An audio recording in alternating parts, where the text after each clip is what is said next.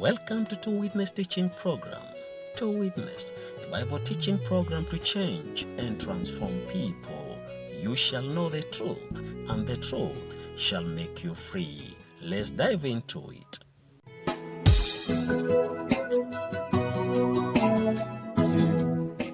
All right, chapter 5.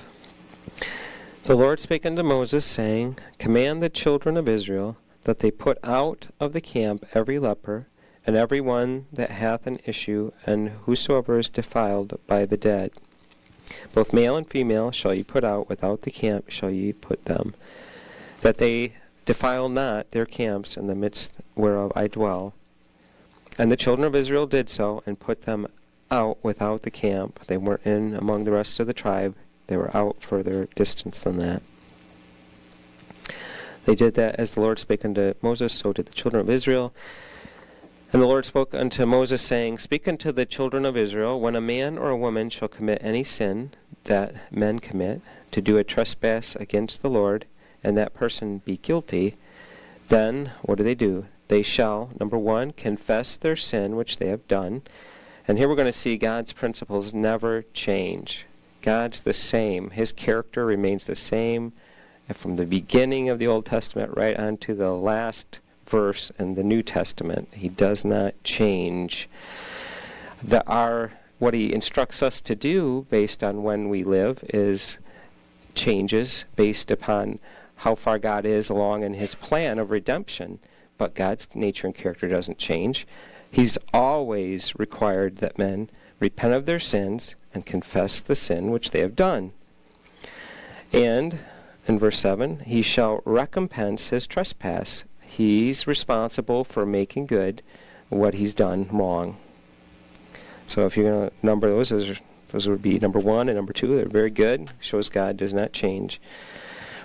With the principle thereof, and add unto it a fifth part, and give it unto him against whom he hath trespassed.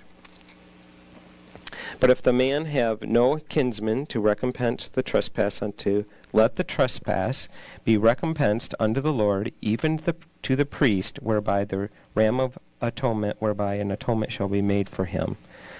So if there's no one to make it up to, give what you should have given into ministry, into service of the Lord.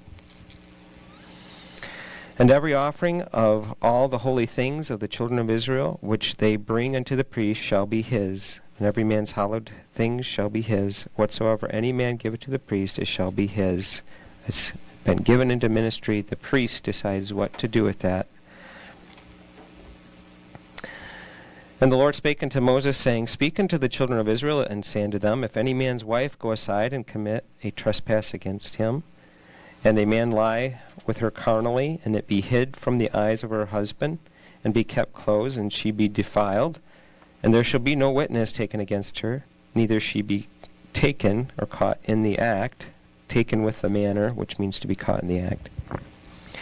And the spirit or a state of jealousy comes upon him.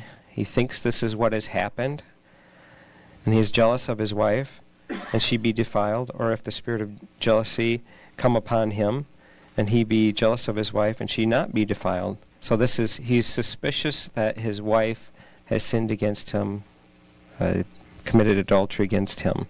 This is not, some demon of jealousy took over him, right? This is a spirit like in this state of jealousy. So, what does he do? Then that man shall bring his wife unto the priest, and the priest shall bring an offering for her, the 10th part of the ephah of barley meal. He shall pour no oil upon it, nor put frankincense thereon, for it is an offering of jealousy, an offering of memorial, bringing iniquity to remembrance. And the priest shall bring her near, and set her before the Lord. And the priest shall take holy water from an earthen vessel, or the water that they're using in the cleansing ceremonies, and of the dust that is in the floor of the tabernacle, the priest shall take, and put it into the water. And the priest shall set the woman before the Lord, and uncover the woman's head, and put the offering of memorial in her hands, which is the jealousy offering, and the priest shall have in his hand the bitter water that causeth the curse. So there's bitterness between the husband and the wife. It's not particularly that the water's bitter, but calling this, there's strife between the husband and wife. And I'm going to set this mixture before you.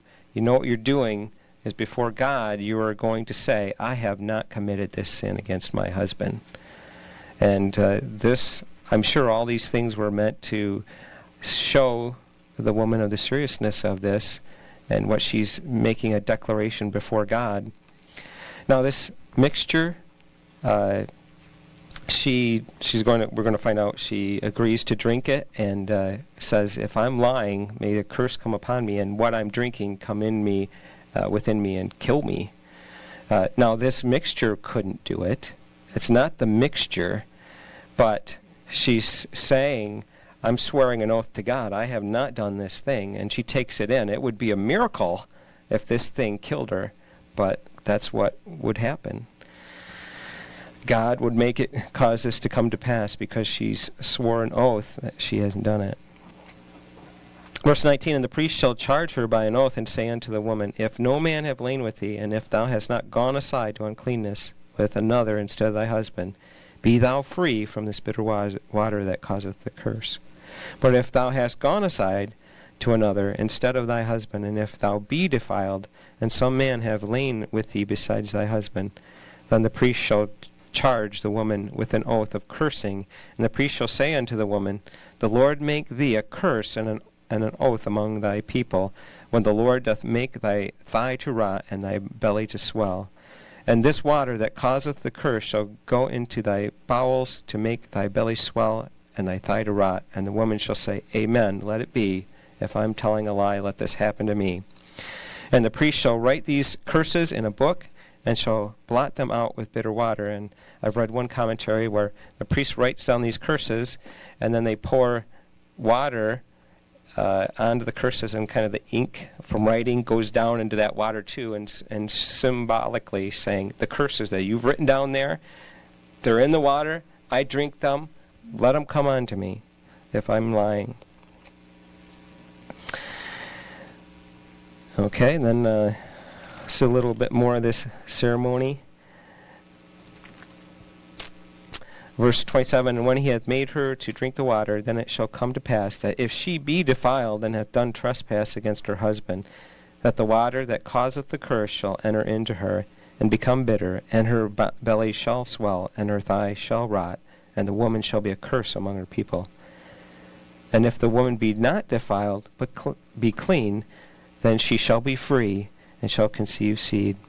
This is the law of jealousies, when a wife goeth aside to another instead of her husband, and is defiled, or when the husband suspects this, and he be jealous over his wife, and shall set the woman before the Lord, and the priest shall execute upon her all this law. Then shall the man be guiltless from iniquity, and this woman shall bear her iniquity. So don't take the matter, just because you're suspicious husband, don't take it into your own hands. Bring it to God. Let God do the test, and let God bring the judgment. So that's how the man would be guiltless. He didn't catch her in the act. He suspects it. Let God prove it out. Chapter 6, we see the law of the Nazirite. And we have just a few Nazirites, or those who have made a vow or are set aside for the service of the Lord. We see only a few in Scripture. Let's read what chapter 6 says, and I'm sure a few of them will come to mind.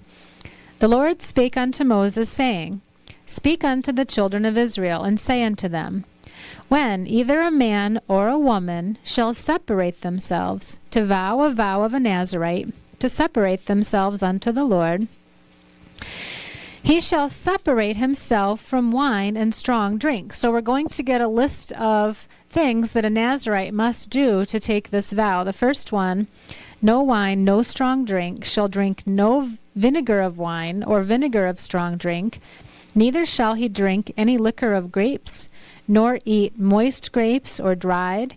All the days of his separation shall he eat nothing that is made of the vine tree, no grapes, or from the kernels or to the husks. So not even the seed or the skin of a grape, not fermented, not unfermented, nothing that has to do with a grapevine. Verse 5, all the days of the vow of his separation, there shall no razor come upon his head. So who do we know who no razor came upon his head, at least during his vow?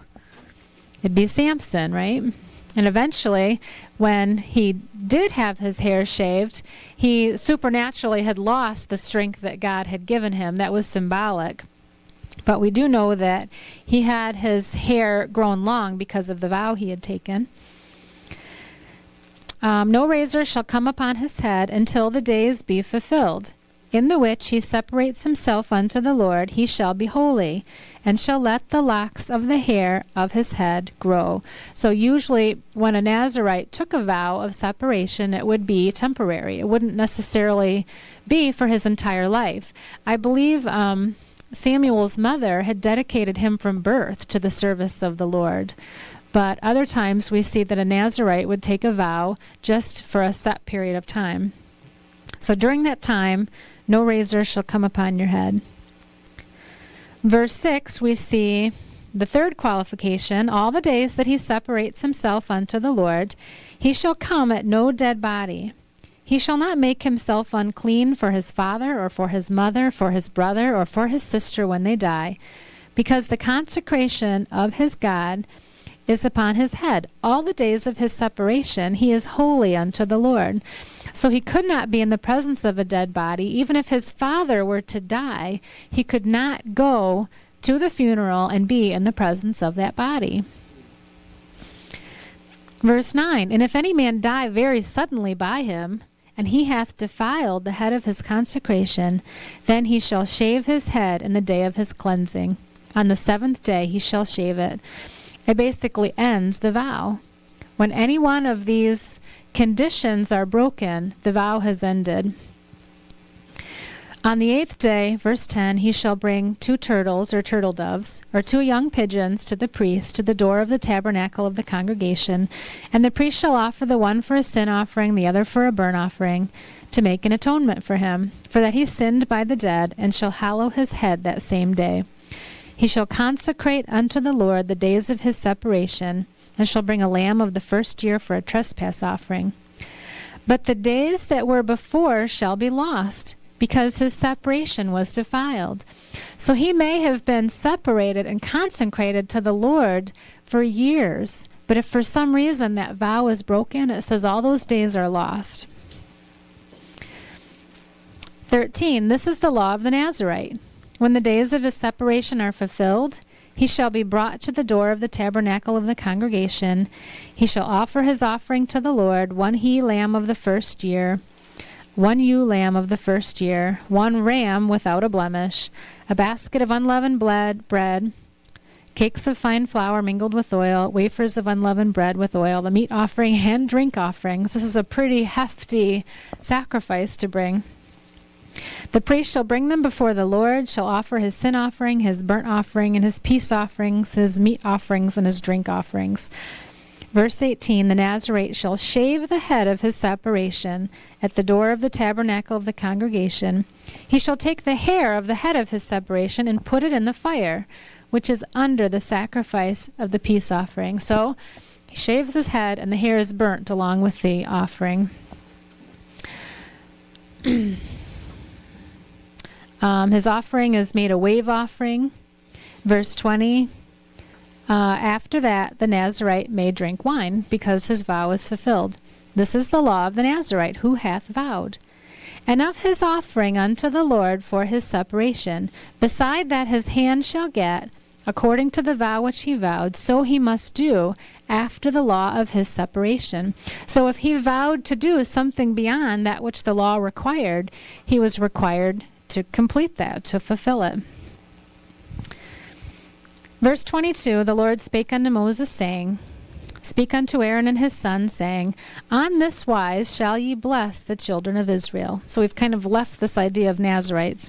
Say to them, The Lord bless thee and keep thee. The Lord make his face shine upon thee and be gracious unto thee. The Lord lift up his countenance upon thee and give thee peace. And they shall put my name upon the children of Israel, and I will bless them. Now, who's ever heard that prayer before? Right. It's pretty common, and I know parents use that to bless their children. I think in churches, the pastor will pray this over the people. It's a beautiful blessing. I believe it's meant to be a model. Just as when Jesus' disciples came to him and said, "Teach us to pray," he wasn't giving them something to memorize necessarily, but to give them a model. This is the way you approach God. This is how the types of things you would pray to God. And so here we have a model prayer of blessing that they would pray and bless the children of Israel with.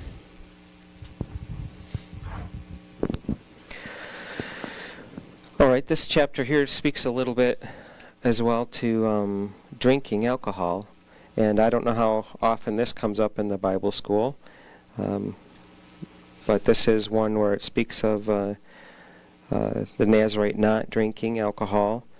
And it comes at the end where his vow is released.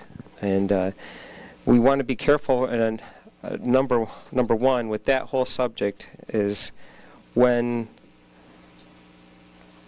someone is told not to do something, we don't want to infer that it was okay before. That's one problem that you see with the alcohol issue. People read in what's not said, and that's what they use as their basis, their justification for things, something that's not even there.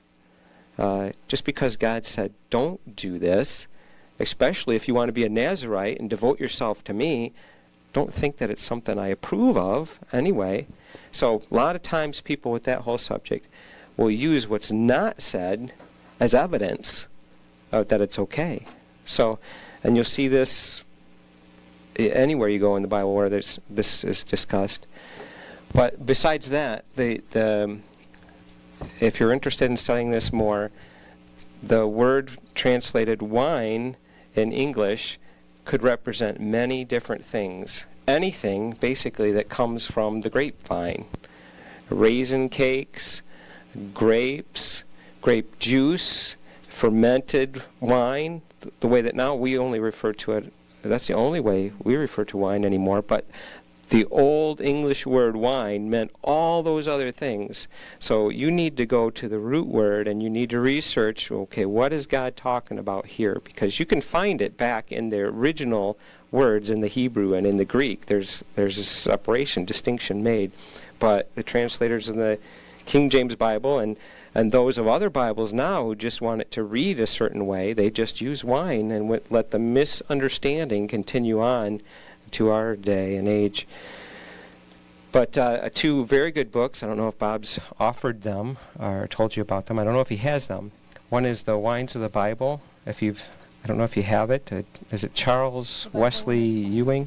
The Bible and Its Wines? The Bible and Its Wines. Okay, I just had it out the other day, refreshing some of my memory on that. It's a very good book by the Prohibition folks.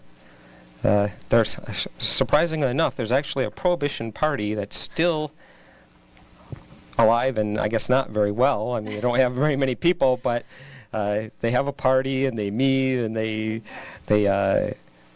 have a candidate for president and all that kind of stuff. Well, one of the actual good things that they still do is they publish a book on the wines of the Bible. It's very, very good and explains a lot of this stuff. And another very good book on this topic, we got a couple of them, and I buy this book whenever I see it, Sipping Saints by David Wilkerson. Excellent book. After reading that book, you'd go, why in the world would I be drinking? Why do I want to show this to my kids, to people around me? How can this be anything good? And you'll be convinced just you should leave it alone. And that's what, if you understand the Bible correctly, that's what the Bible says. Leave the stuff alone. There's plenty of verses that say that. But you have to know the original word, you have to know the context, and then when you do, you see God's not waffling all over the place, sometimes saying, yeah, go get yourself plastered, sometimes not. But He's consistent. You just have to dig a little deeper to understand it. And just thought I'd mention that there, because the subject came up. A couple very good books you might want to get. Chapter 7.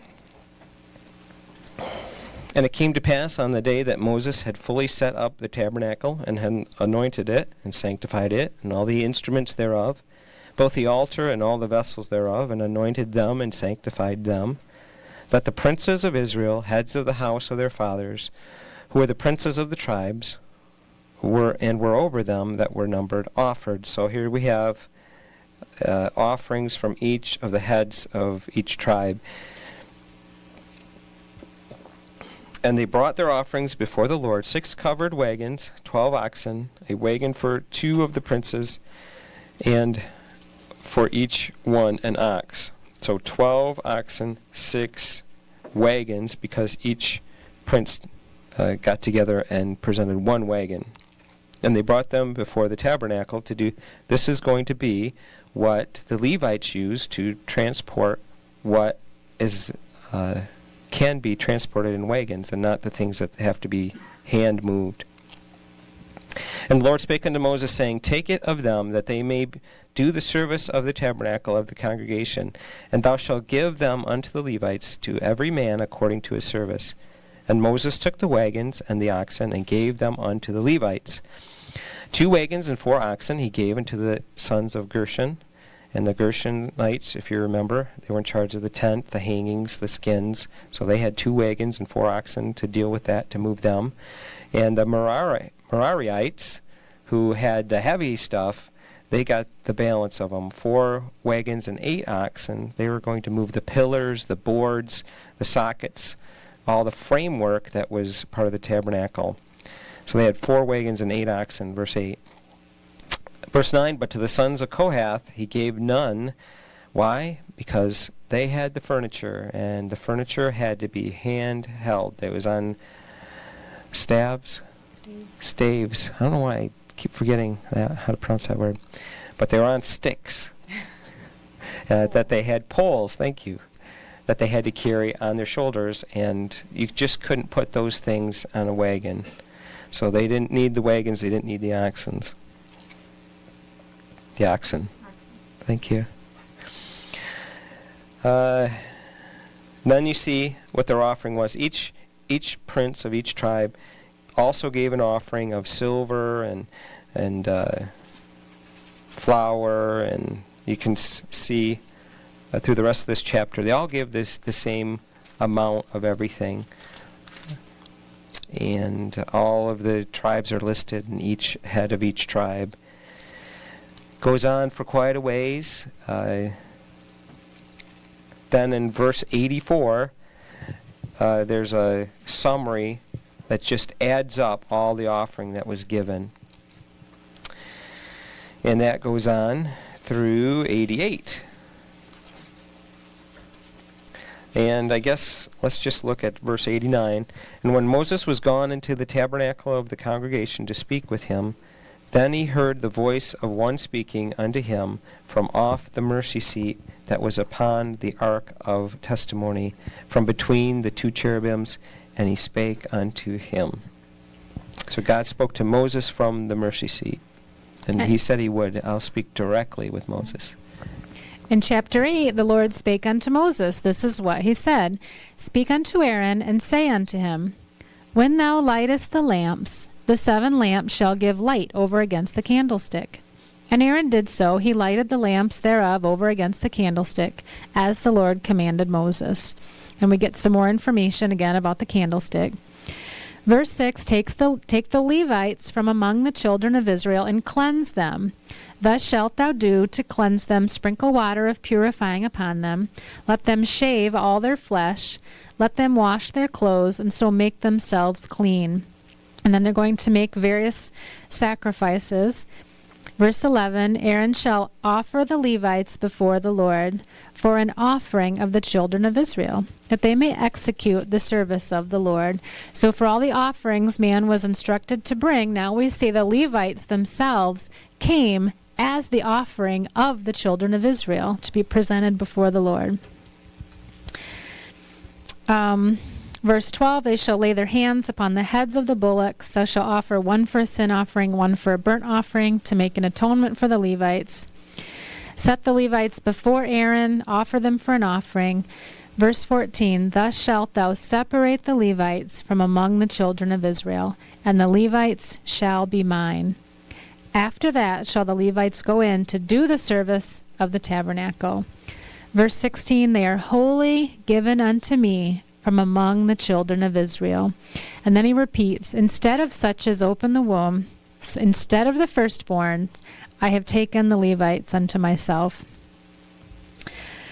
Verse 19, I have given the Levites as a gift to Aaron and to his sons from among the children of Israel to do the service of the children of Israel in the tabernacle of the congregation and to make an atonement for the children of Israel. Why? That there be no plague among the children of Israel when the children of Israel come nigh unto the sanctuary. So God is saying, I've set apart Aaron and his sons to do this service. I've set apart all of the Levites to serve Aaron and his sons to do this service. Why? It's for the benefit of the children of Israel. God doesn't like blood. God doesn't like the sacrifice of animals. It was done to make an atonement. It was done, it says, to protect the children of Israel, that there'd be no plague, so they won't die. So God did this out of his mercy so that he could preserve this people. And of course we know it's also types and shadows of the Redeemer. But he says, this is why I've done it for you. The Levites were purified. They washed their clothes. They did everything God commanded. Verse 24, this is it that belongeth unto the Levites. From 25 years old and upward, they shall go in to wait upon the service of the tabernacle of the congregation. So from age 25 to 50, they would perform the service. Now we read back in chapter 4, did it say age 20? What did it say? It had a different age. In 4 verse 3, it says from 30 years old and upward. So from 30 years old and upward, they were actually, it says, they were numbered for travel to do that service, to carry all the things of the tabernacle. Here it says to wait upon the service of the tabernacle, 25 to 50 years old. So for some reason there's a difference there. We're going to find later in 1 Chronicles, to do the service in the temple, it was age 30 to 50. So just some differences there. Maybe. 25, from the age of 50 years, they shall cease waiting upon the service thereof, and they shall serve no more. So at 50, they would retire from their active service of making the sacrifices. But they shall minister with their brethren in the tabernacle of the congregation to keep the charge, and shall do no service. Thus shalt thou do unto the Levites touching their charge. So at age 50, their duties change more to supervision and advising the younger Levites in doing the service that God had called them to do. Exactly. And I have underlined in my Bible under keep the charge, to watch over and instruct others. That's what their job is going to be from 50 on. Chapter 9, we have the rules for keeping the Passover. Let's go down to verse 6. Here's the issue that came up that Moses has to address. There were certain men who were defiled by the dead body of a man, that they could not keep the Passover on that day, the day that they should keep it, or at least they thought they shouldn't. And they came before Moses and before Aaron on that day. And these men said unto him, We are defiled by the dead body of a man, wherefore are we kept back, that we may not offer an offering of the Lord in his appointed season among the children of Israel. And Moses said unto them, Stand still, and I will hear what the Lord will command concerning you and your situation. And the Lord spake unto Moses, saying, Speak unto the children of Israel, saying, If any man of you or your posterity be unclean, by reason of a dead body, or be in a journey afar off, yet he shall keep the Passover unto the Lord. I still want you to do the Passover. So the 14th day of the second month at even they shall keep it, and eat it with unleavened bread and bitter herbs. They shall leave none of it until the morning, nor break any of the bones of it. According to all the ordinances of the Passover shall they keep it, and we've read about that a few times.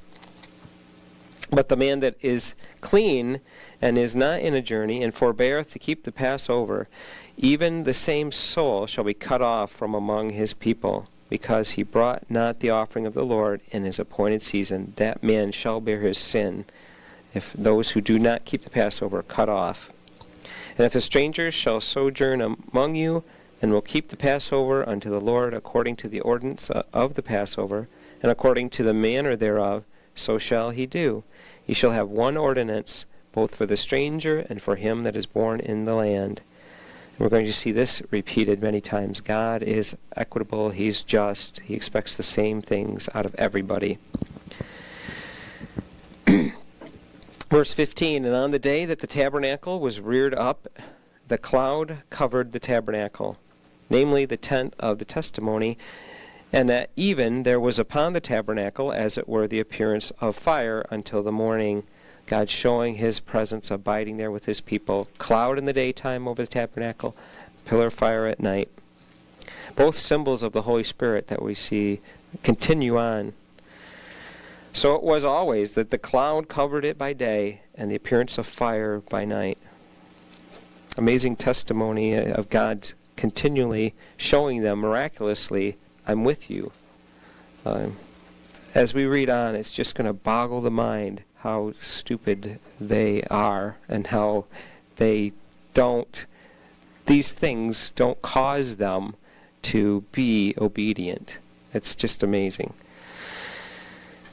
Verse 17, and when the cloud was taken up from the tabernacle, then after that the children of Israel journeyed. And in the place where the cloud abode, or where it stopped, there the children of Israel pitched their tents. So God's leading them. The cloud, hey, look, the cloud moved, guys. Let's get packed up. We got to follow the cloud. God will show us where to go next. At the commandment of the Lord, the children of Israel journeyed, and at the commandment of the Lord they pitched. As long as the cloud abode upon their tabernacle, they rested in their tents. And when the cloud tarried long upon the tabernacle many days, then the children of Israel kept the charge of the Lord, and they journeyed not. And so it was, when the cloud was a few days upon the tabernacle, according to the commandment of the Lord, they abode in their tents, and according to the commandment of the Lord they journeyed. And so it was, when the cloud abode from even until morning, and that the cloud was taken up in the morning, then they journeyed. Whether it was by day or by night that the cloud was taken up, they journeyed. Or whether it was 2 days or a month or a year that the cloud tarried upon the tabernacle, remaining thereon, the children of Israel abode in their tents and journeyed not. But when it was taken up, they journeyed. I think we get the picture, right? And at the commandment of the Lord they rested in tents, and at the commandment of the Lord they journeyed. They kept the charge of the Lord, and at the commandment of the Lord by the hand of Moses. Now all that is spoken in past tense as if it has already happened many times, when in reality they hadn't gone anywhere yet. Chapter 10 we're going to see is the first time they break camp. It's the first journey they make.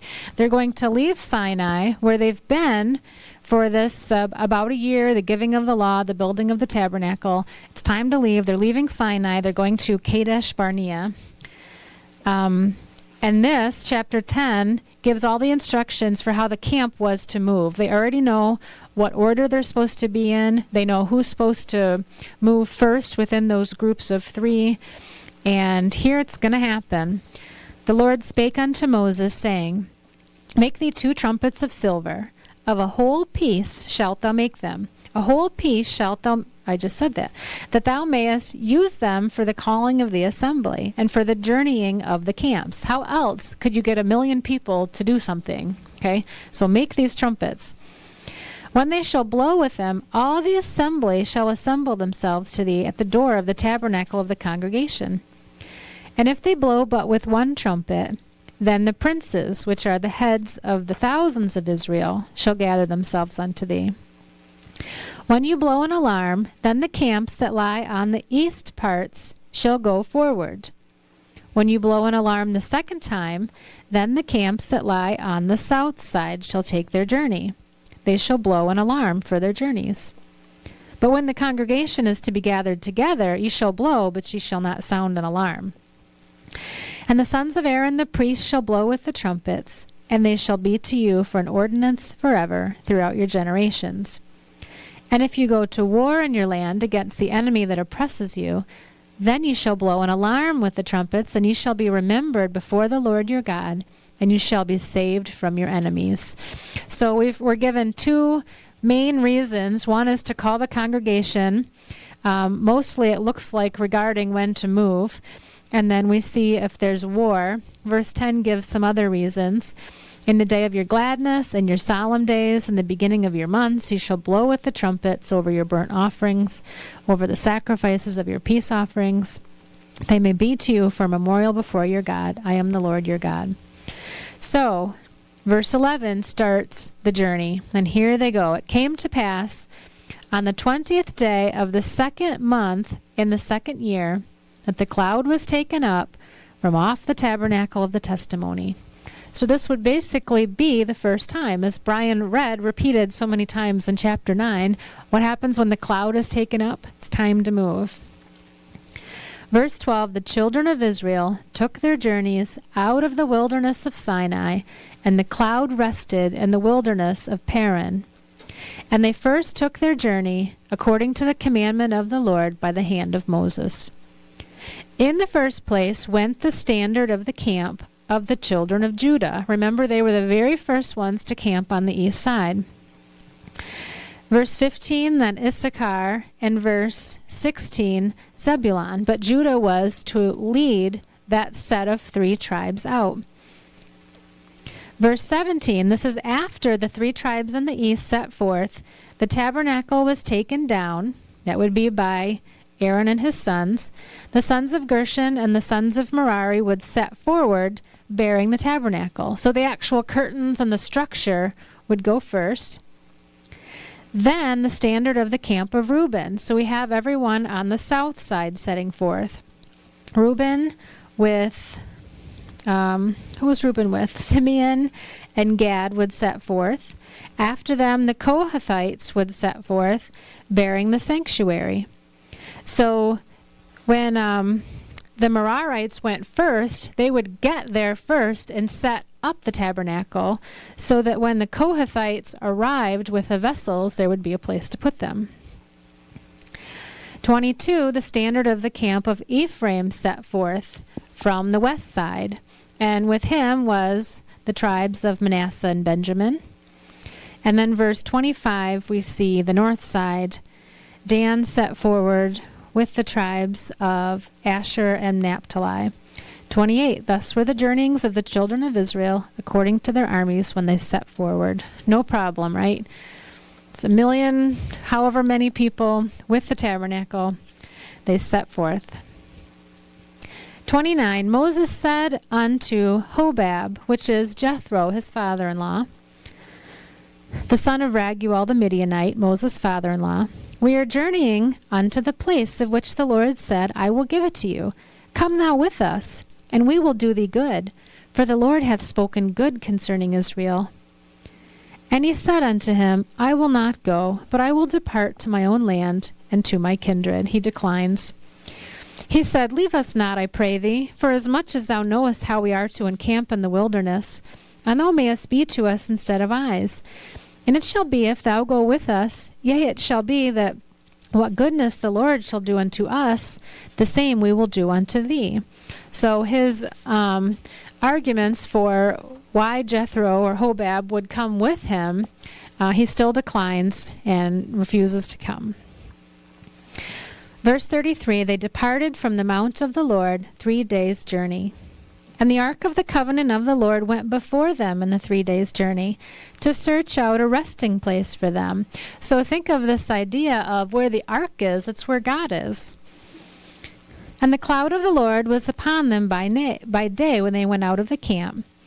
And it came to pass when the ark set forward that Moses said, Rise up, Lord, and let thine enemies be scattered, and let them that hate thee flee before thee. And when it rested, he said, Return, O Lord, unto the many thousands of Israel.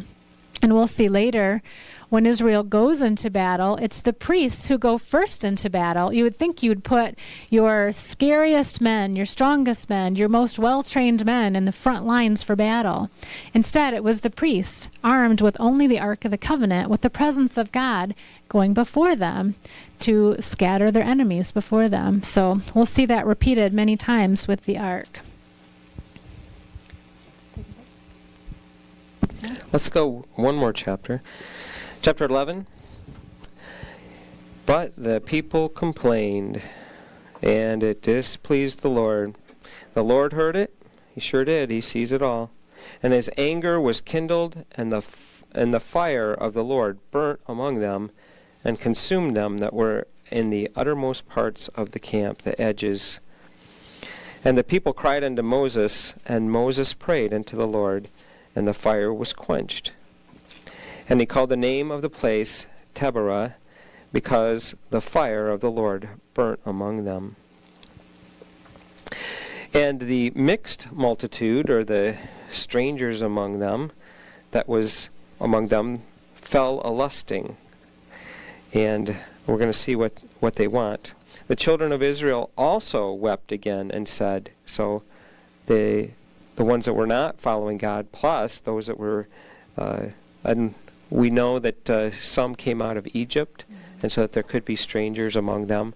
And we don't know if anyone else joined along the way, joined their company. But these people started lusting for meat to eat, and also the Israelites joined in too, and they wept, and they said, Who shall give us flesh to eat?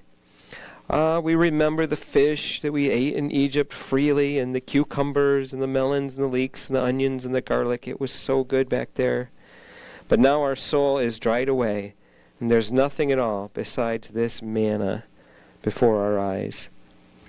And the manna was as coriander seed, and the color thereof as the color of bdellium. And the people went about and gathered it, and ground it in mills, and beat it in a mortar, and baked it in pans, and made cakes out of it, and the taste of it was the taste of fresh oil. It was good stuff. And when the dew fell upon the camp in the night, the manna fell upon it. Then Moses heard the people weep throughout their families, every man in the door of his tent, and the anger of the Lord was kindled greatly. Moses also was displeased. So Moses brings his concern about his situation to God. And Moses said unto the Lord, Wherefore hast thou afflicted thy servant? Wherefore have I not found favor in thy sight, that thou layest the burden of all this people upon me? Have I conceived all this people? Have I begotten them, that thou shouldest say unto me, Carry them in thy bosom, as a nursing father beareth the sucking child unto the land which thou swarest unto their fathers? He's saying, God, I can't do these things. I can't provide for all these people. I need you. When should I have flesh to give all this people? For they weep unto me, saying, Give us flesh, that we may eat. I am not able to bear all this people alone, because it is too heavy for me. And if thou deal thus with me, kill me, I pray thee, out of thy hand, if I have found favor in thy sight, and let me not see my wretchedness or my weakness. I can't do this. And we don't see that Moses is rebuked here. And I think he's saying, Lord, let me just come home and be with you. I don't want this task of trying to take care of all these people. I'm not sure that kill me there is as bad as it may sound. Verse 16, And the Lord said unto Moses, Gather unto me 70 men of the elders of Israel, whom thou knowest to be the elders of the people, and officers among them, and bring them unto the tabernacle of the congregation, that they may stand there with thee. And I will come down and talk with thee there, and I will take of the Spirit which is upon thee, and will put it upon them, and they shall bear the burden of the people with thee, that thou bear it not thyself alone. So God heard Moses' prayer. He says, Look, get some more folks to help you out, and I'll instruct them.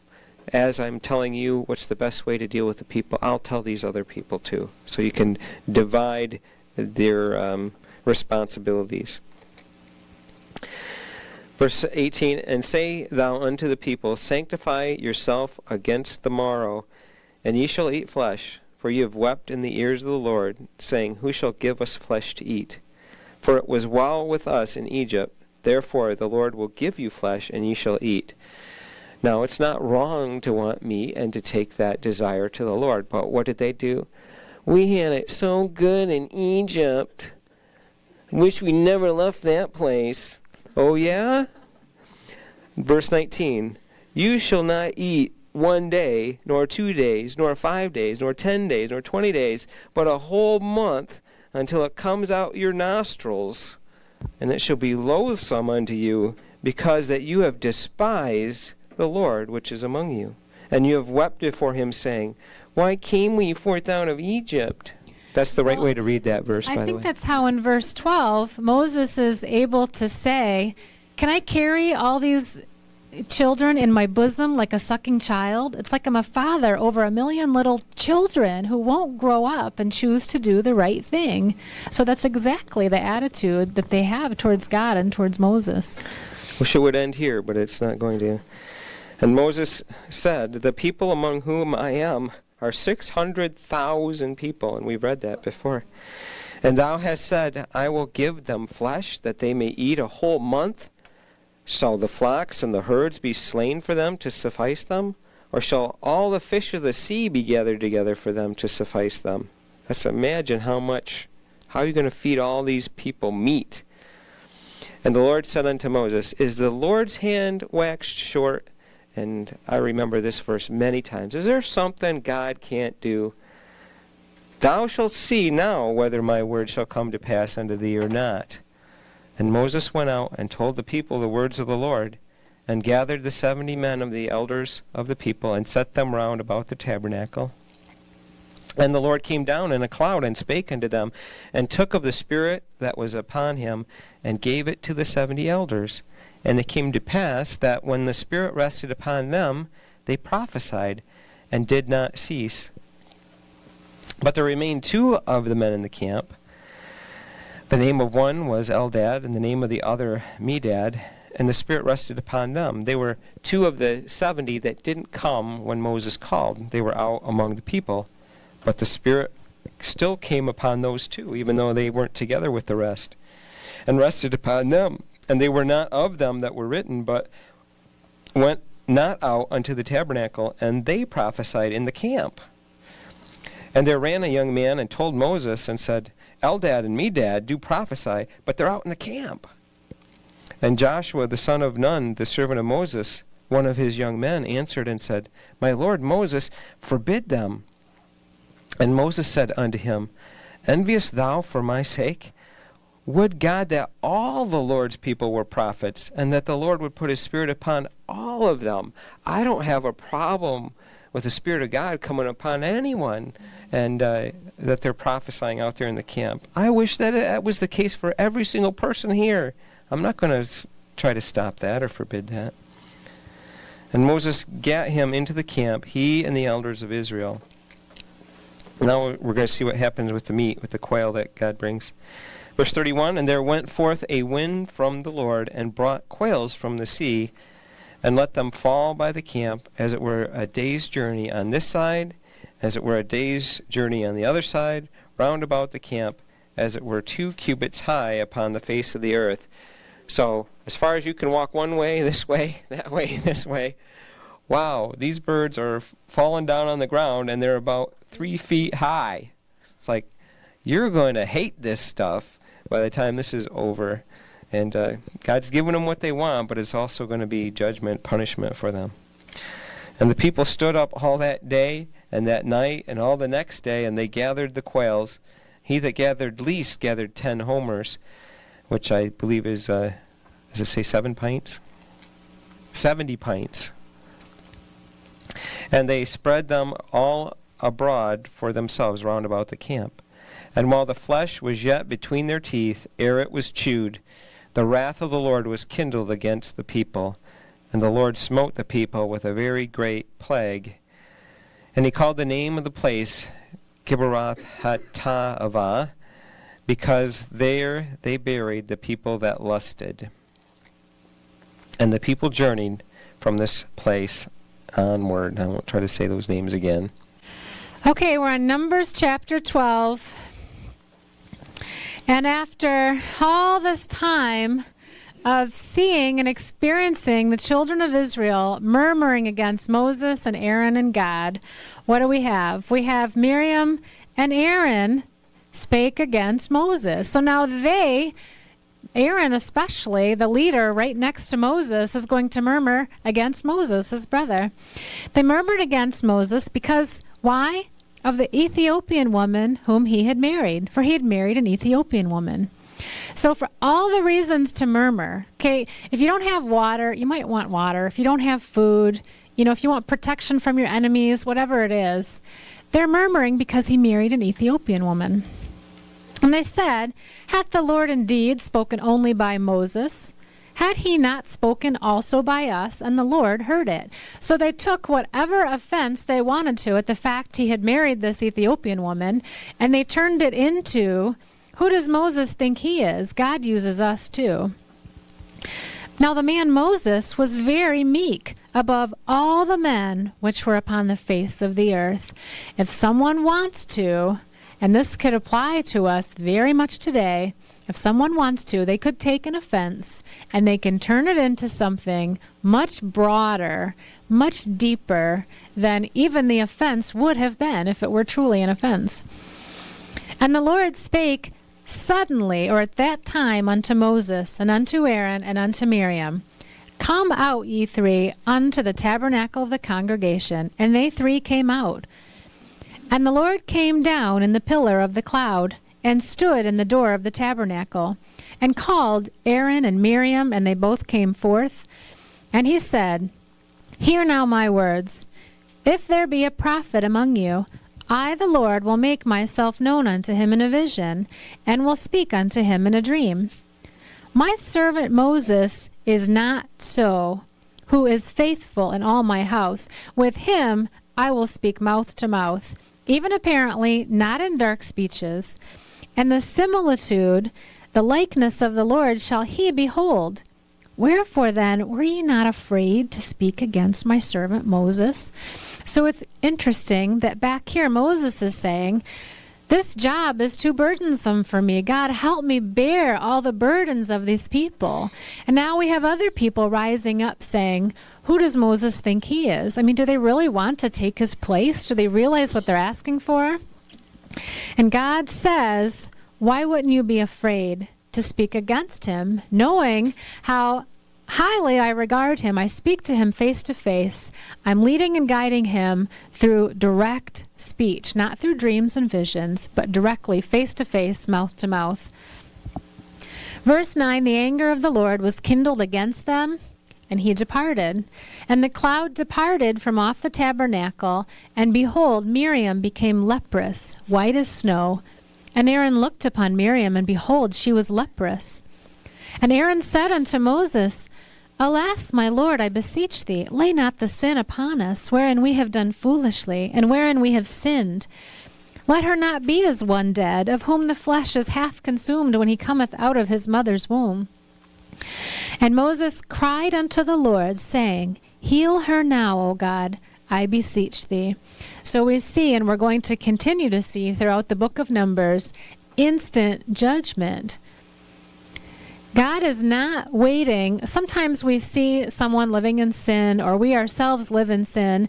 We don't see immediate judgments or consequences of our sin. And so we continue in them. And in the end, we either live out the terrible consequences of our earlier life of sin, or on Judgment Day, when we stand before God, we'll see what the consequences were eternally.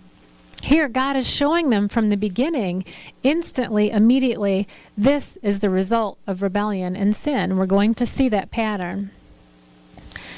Verse 14, and the Lord said unto Moses, okay, Moses had prayed for her, or cried out to God on her behalf, and God healed her. The Lord said unto Moses, If her father had but spit in her face, should she not be ashamed 7 days? Let her be shut out from the camp 7 days. and after that let her be received in again. So she had to go through the laws of leprosy. And Miriam was shut out from the camp 7 days, and the people journeyed not till Miriam was brought in again. And afterward the people removed from Hazeroth and pitched in the wilderness of Paran. That's an incredible chapter. I like it. It shows God coming to Moses' defense, and an incredible statement. Moses was very meek. In fact, more than all the men on the face of the earth, most meek and humble guy. You want God to come to your defense? Be the most meek and humble guy there is. And people who rise up and come against you, God will defend you. God will step in, and God will take care of you. Don't fight back. Be meek, be humble, and let God intervene. And that's what he did here. And there's another thing that in this chapter I've wondered about for a long time, and that's both Miriam and Aaron commit this sin against Moses, and Miriam has leprosy, but Aaron doesn't. And I often wondered about that. And on the surface, that seems like, what's this? Is this some kind of favoritism? Or why? Why would this be one gets it when the other doesn't? But once I started to think about it more and realize that when you have a loved one that's just contracted some terrible disease, what that does to you, it can be worse for you and more torment in your mind and your conscience than if it was actually happened to you. So think about if you had a child that was sick and suffering, your own torment over that could be greater than the child's because you love them so much. And you just hate to see that happening. And it's not Miriam that cries out as soon as she has leprosy, we see, but Aaron steps in and pleads for her. So Aaron wasn't off the hook. Aaron cared about his sister, and that hit Aaron hard. And we see also with David and who lost his son, that hit David hard. David didn't die, but he lost the son that he would have had with Bathsheba. So no one's off the hook. No one's getting away with their sins.